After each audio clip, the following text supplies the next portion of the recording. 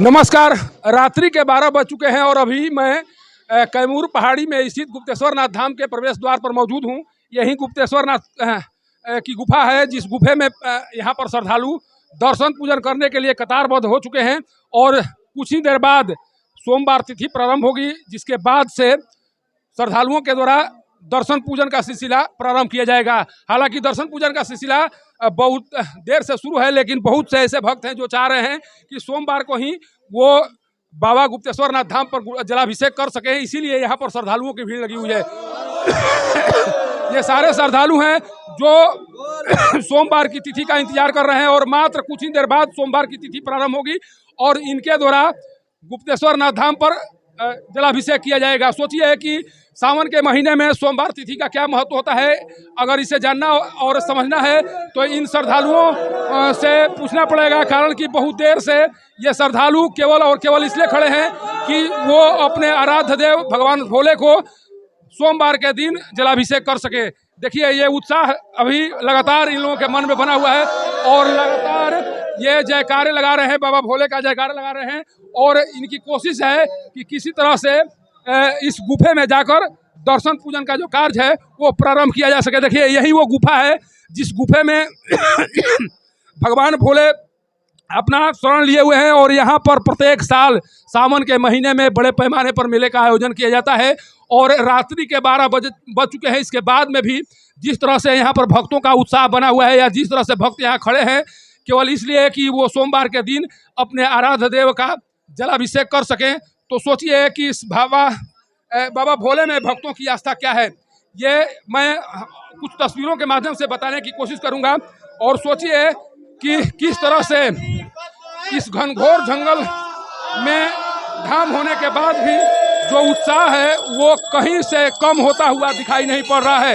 ये लगातार ये सारे भक्त हैं जो एक एक करके इस गुफा में प्रवेश कर रहे हैं और बाबा भोले के जलाभिषेक में भाग लेने के लिए जा रहे हैं।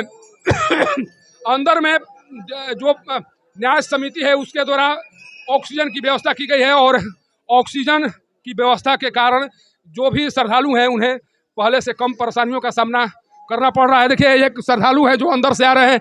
अंदर में क्या स्थिति है? ठीक है बाबा, व्यवस्था क्या है? सब है, ऑक्सीजन सब है, करने में कोई दिक्कत नहीं है। दर्शन हुआ बढ़िया से? हाँ, बढ़िया से हो रहा है, अच्छा से हो रहा है।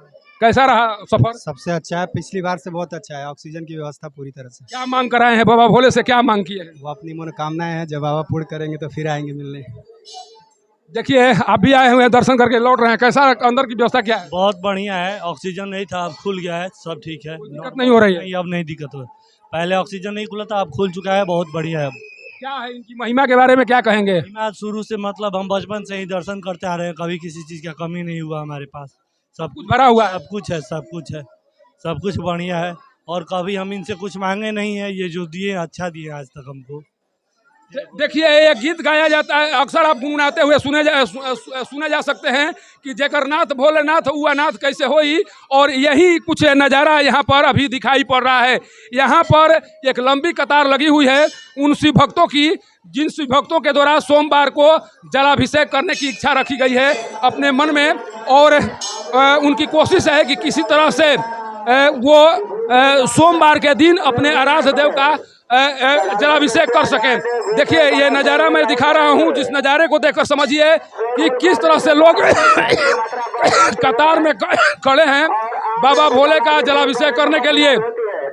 मात्र कुछ देर पहले तक यहाँ पर सन्नाटा पसरा हुआ था, केवल इसलिए कि रविवार दिन होने के कारण जो भी श्रद्धालु थे उनकी इच्छा थी कि वो यहाँ पर आकर केवल और केवल सोमवार को ही जलाभिषेक करें। इसलिए जितने भी श्रद्धालु इस धाम पर पहुँचे हुए थे वो कहीं ना कहीं विश्राम कर रहे थे, लेकिन जैसे ही 12 बजे की तिथि 12 बजे का समय हुआ और सोमवार तिथि प्रारंभ हुई, उसके बाद से ये सारे श्रद्धालु एक एक करके, देखिए ये सारे श्रद्धालु एक एक करके मंदिर में प्रवेश कर रहे हैं और बाबा भोले की पूजा अर्चना की कोशिश में सभी श्रद्धालु लग चुके हैं। सोचिए कि इस धाम के प्रति जो आस्था है वो कितनी है, कारण कि इस घनघोर जंगल में होने के बाद भी जिस तरह से श्रद्धालुओं में उत्साह बना हुआ है, उससे साफ लग रहा है कि प्रशासन के स्तर से भले ही किसी तरह की कोई व्यवस्था न की गई हो, लेकिन श्रद्धालुओं के मन में जो भगवान के प्रति आस्था है उस आस्था को कोई कम नहीं कर सकता है।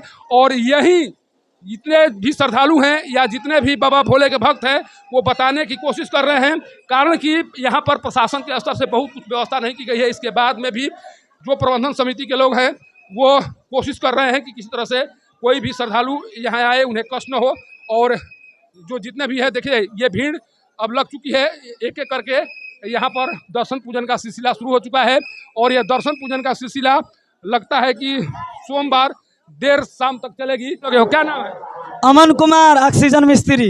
व्यवस्था में मैंने लगे हुए हो, ऑक्सीजन की व्यवस्था में लगे हो, क्या है ये ऑक्सीजन की व्यवस्था क्या है?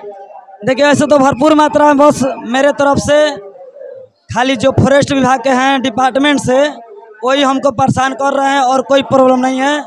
मेरे कमेटी जितना खर्चा दिया है भरपूर मात्रा में दिया है। क्या कर रहे हैं वन विभाग वाले, क्या कर रहे हैं? हमारा ऑक्सीजन आने नहीं दे रहे हैं, गाड़ी को रोक रहे हैं, ड्राइवर को परेशान कर रहे हैं, ड्राइवर मालिक को परेशान कर रहे हैं, पैसा ले रहे हैं तबे आने दे रहे हैं। तो अगर इस तरह की बात है तो फिर ऑक्सीजन कहाँ से आएगा, कैसे लाएंगे आप लोग? वो बोल रहे हैं कि मोटरसाइकिल से विदा कीजिए। मोटरसाइकिल से एक ऑक्सीजन का वजन 80 किलो, मोटरसाइकिल कभी आएगा ऑक्सीजन? वो बोल रहे हैं, आप समझ सकते हैं कितना दूर व्यवहार कर रहे हैं हम लोग साथ। देखिए धाम पर एक बहुत बड़ी दुर्घटना की योजना तैयार की जा रही है वन विभाग के द्वारा। जैसा कि यहाँ के कमेटी के सदस्य बता रहे हैं कि उनके ऑक्सीजन को यहाँ आने नहीं दिया जा रहा है। अगर ऑक्सीजन नहीं आएंगे तो सोचिए कि यहाँ पर क्या हाल होंगे। यहाँ पर 5 मिनट गुफे के अंदर रहना मुश्किल हो जाता है। लेकिन जिस तरह से वन विभाग के द्वारा ऑक्सीजन लाने में परेशानी खड़ी की जा रही है या जितने भी कमेटी के सदस्य हैं उन्हें ऑक्सीजन लाने में एक तरह से अड़चन डाली जा रही है, उसे साफ लग रहा है कि वन विभाग के स्तर से श्रद्धालुओं को पूरी तैयारी की गई है कष्ट पहुंचाने के लिए। और वन विभाग का रवैया श्रद्धालुओं के प्रति ठीक नहीं है। अगर इस तरह से वन विभाग के द्वारा अड़चन डाले जाते रहे तो जो भी श्रद्धालु यहाँ पर दर्शन पूजन करने के लिए आ रहे हैं उन्हें कई चुनौतियों का सामना करना पड़ सकता है और श्रद्धालु आसानी से यहाँ पर दर्शन नहीं कर पाएंगे। गुप्तेश्वर नाथ धाम से पब्लिक न्यूज के लिए सत्येंद्र चौबे की रिपोर्ट।